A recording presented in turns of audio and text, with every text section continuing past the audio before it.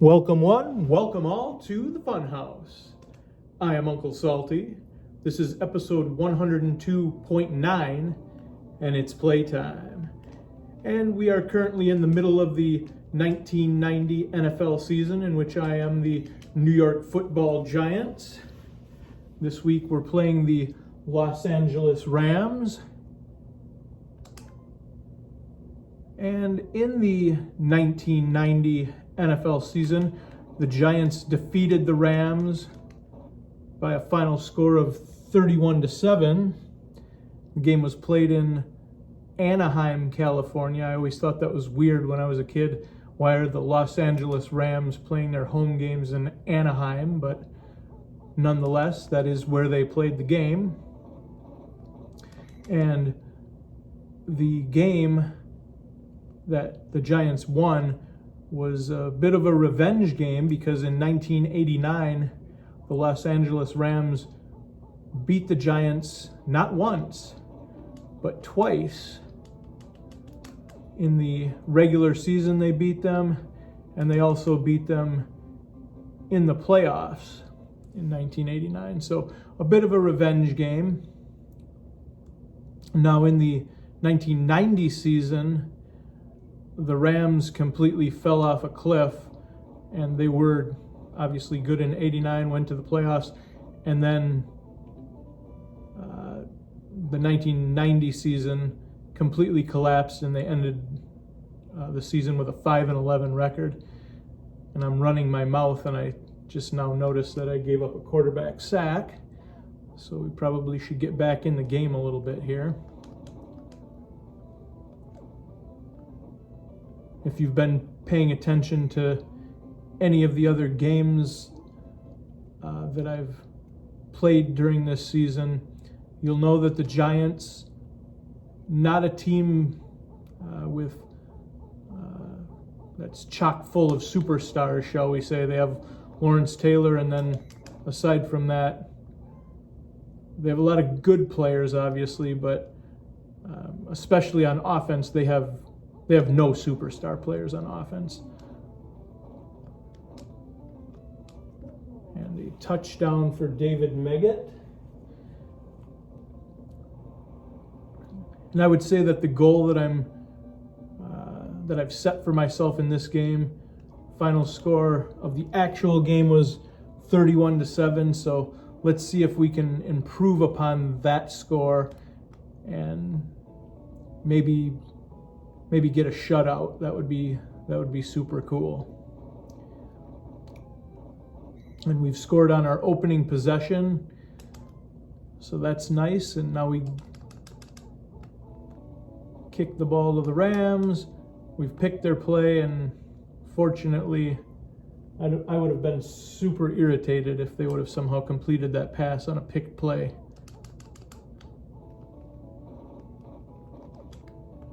Can't seem to get to him.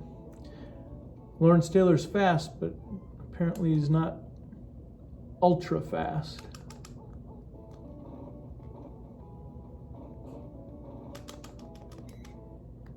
But it's fourth down, and we'll get them to punt. And speaking of punt returns and punts, on the punt returns, you'll know that every time I receive a punt return, I do my best to immediately get out of bounds. And then the other thing is I've made a rule for myself to punt the ball at least once every game. Keeps the game more interesting if I do it that way.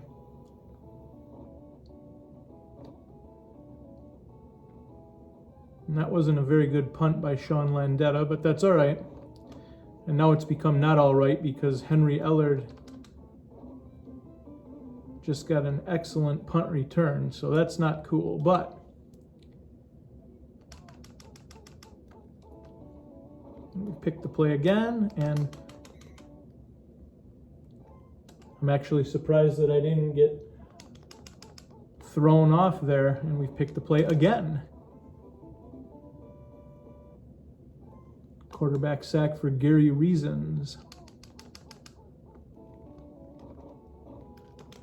And a quarterback sack for Lawrence Taylor. And the Rams get to punt again.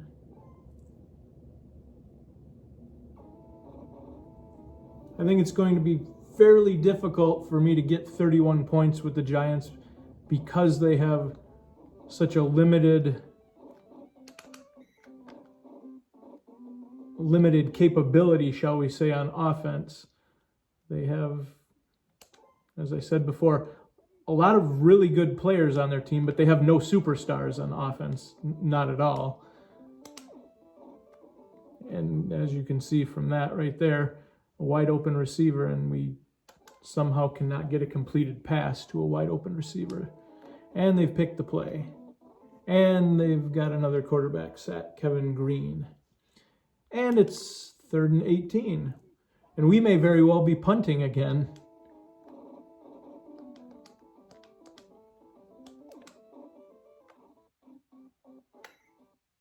And we will be punting again. Probably could have gained a little more yardage on that, but that's all right. And it's a little bit better punt, but still not a good punt. Actually, it was a better punt than the last punt, so. And somehow Henry Ellard gets another excellent punt return.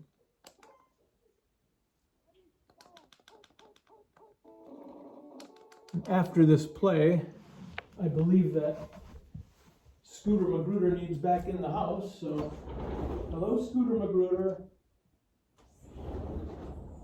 So we'll let Scooter McGruder back in the house, and now we'll get back to the game.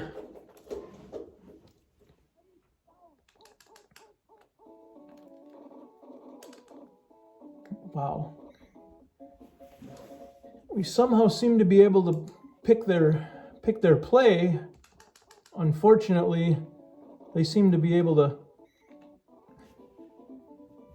complete their passes and gain yardage on all of the plays that I pick.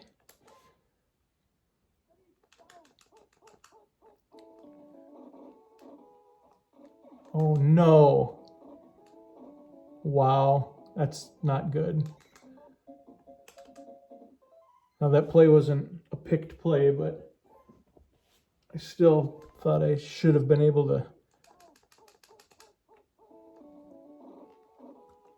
There we go. Another quarterback sack for Lawrence Taylor. That right there is what I thought I should have been able to do on the previous play. Instead, they gained 12 yards or whatever it was and got a first down. We should be able to get a sack there. We will not be able to get a sack there because if you make the computer fumble the ball, you end up not being able to get a quarterback sack or any type of statistics.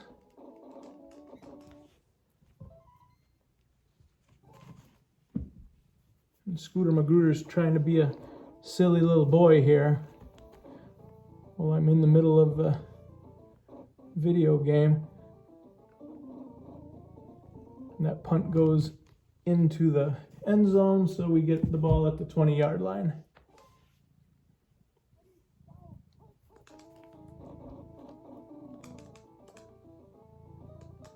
Oh no, oh my gosh. Let's punt the ball again, just so we end up not fumbling or doing something ridiculous. There's only 3 seconds. We're not going to be able to get a crazy play in for a touchdown. Not with this offense, but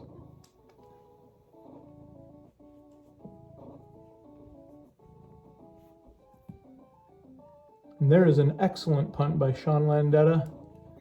And that ends the first half.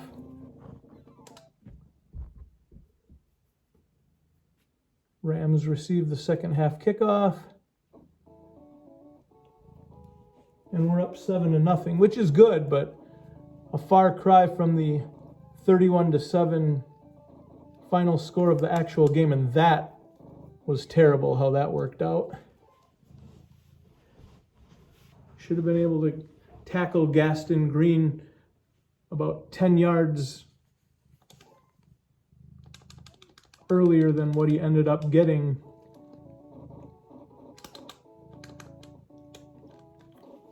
We also cannot seem to be able to get any interceptions on this game with the Giants for whatever reason.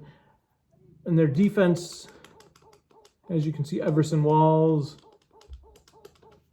is one of their defensive backs. Another quarterback sack for Gary Reasons, which is nice, but the defensive backs like Myron Guyton and Jackson and Mark Collins, oh my gosh. See that right there? Why was that not an interception? I have no idea. And this will be an excellent punt by the Rams. Almost a full punt, and look at that.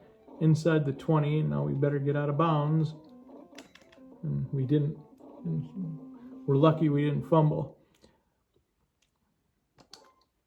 Now, of course, the Giants, without a superstar on offense, you have to just methodically work your way down the field. And well, there's going to be a huge run by Otis Anderson, so that's nice.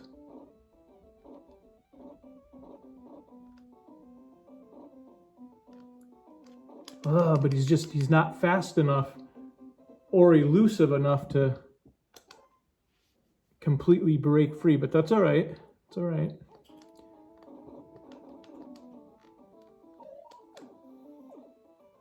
Hopefully this will be a touchdown. There we go. And Mark Bavaro gets another touchdown for the Giants.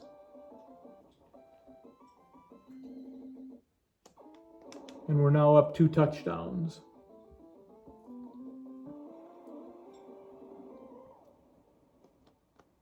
But it's definitely a challenge to score points with the Giants. Once again, they're really a good team, but they just, without any superstar on their team, there's just there's no guarantee you're going to be able to instantly score. Wow. And that's really not good at all. That's horrible. Wow. I don't think we're going to catch Henry Ellard. Oh, we did. Wow.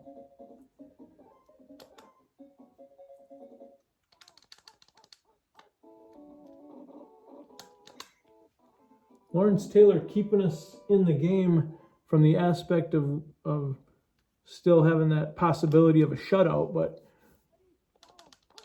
as you can see on the previous play, that's awful. But as you can see on the play prior to that, the defensive backfield for the Giants is not good at all. They're really, really bad, actually.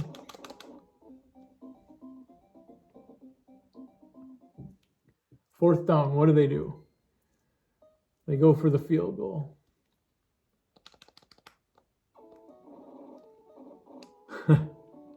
Now, how that was not a blocked field goal, I will never know.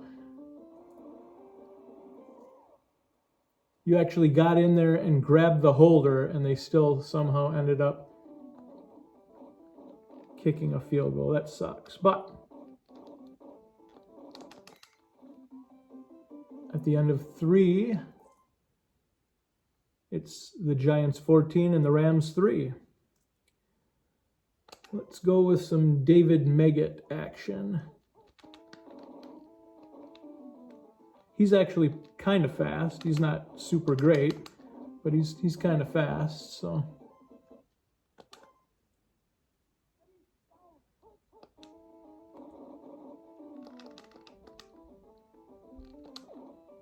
There we go, and we'll step out of bounds so we don't fumble the ball. Have anything crazy happen there. We'll go with David Meggett again, and you can see he just doesn't have that burst to, get by the first line of defenders.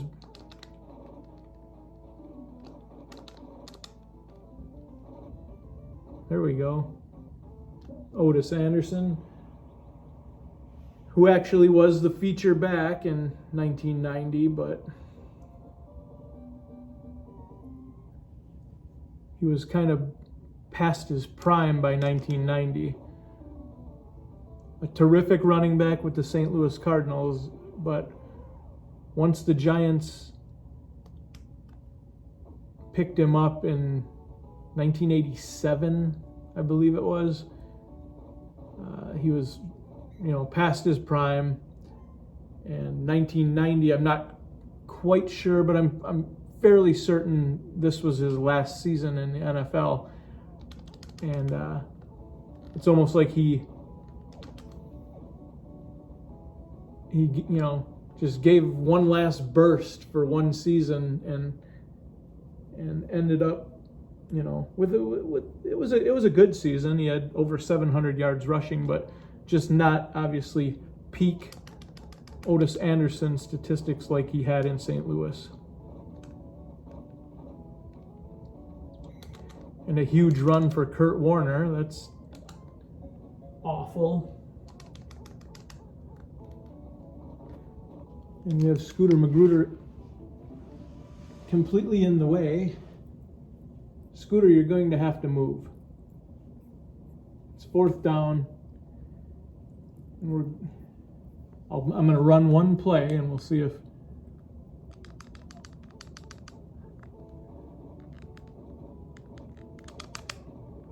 and instead of getting a sack like we should have gotten there, we force a fumble and we don't get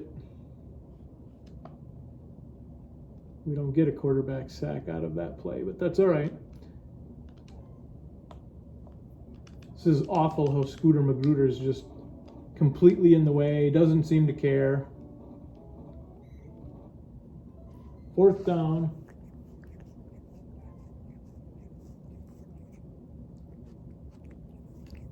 Scooter McGruder, you have to get out of the way. Come on now. Move your butt. Thank you.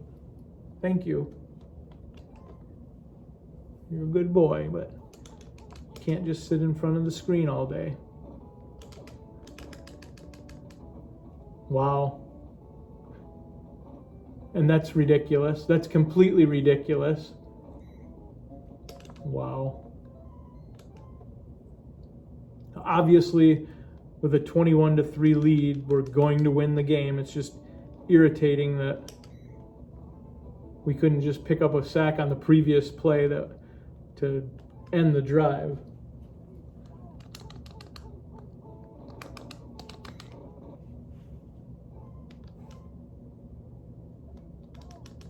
And obviously, we're not going to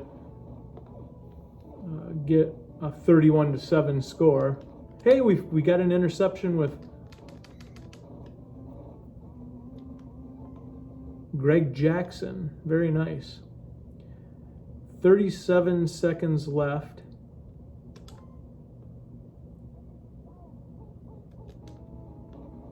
We have a wide open receiver. Now, will we be able to complete it to Mark Ingram? No, because the Giants' passing attack is not good. And we get another chance. And instead we throw an interception to end the game. But we do get the win, 21-3. There are the statistics for the game. Thank you for watching today's episode. If you enjoyed the episode, hit the like button. Definitely subscribe to the channel. Have a pleasant evening and a wonderful tomorrow.